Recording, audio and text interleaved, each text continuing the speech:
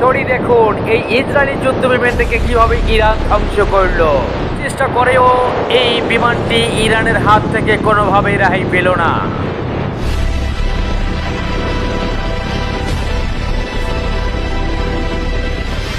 আল্লাহু আকবার, আল্লাহু আকবার, আল্লাহু আকবার।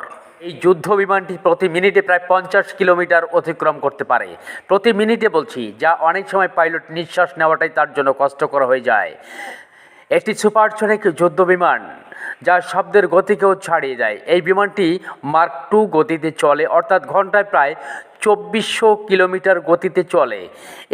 আবার এখানে দেখুন, এখানে আরেকটি বিমান রয়েছে যার নাম SR-71 ব্ল্যাকবার্ড।